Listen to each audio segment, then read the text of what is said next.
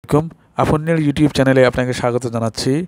Saudi আরবের অন্যতম একটা জাতীয় দৈনিক সৌদি গাজেট জানিয়েছে যে সৌদি আরব ৪ঠা অক্টোবর থেকে পবিত্র ওমরাহ করার জন্য মক্কা শরীফ খুলে দিবেন।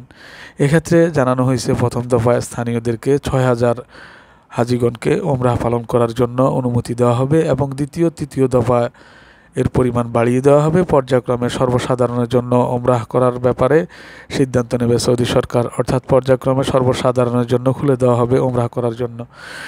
আলহামদুলিল্লাহ, এটা সৌদি আরবে অবস্থানকারী সকল প্রবাসীদের জন্য অবশ্যই একটা সুখবর এবং বিশেষ করে গোটা মুসলিম বিশ্বের জন্য এটা অন্যতম একটা খুশির খবর। দীর্ঘদিন জুড়ে যারা মুসলমানরা অপেক্ষা করতেছেন পবিত্র বাইতুল্লাহর তাওয়াফ করার জন্য, আলহামদুলিল্লাহ এই ঘোষণার মধ্যে দিয়ে তাদের সেই আশা আকাঙ্ক্ষা, সেই অপেক্ষার অবসান ঘটলো। ইনশাআল্লাহ আশা করি অচিরেই সর্বসাধারণ সকল মুসলমানরা পর্যায়ক্রমে যাতে করে পৃথিবীর যে কোনো দেশ থেকে আসতে পারে, ওমরাহ পালন করতে পারে, আল্লাহ তাআলা যেন সেই পরিবেশ পরিস্থিতি তৈরি করে দেয়।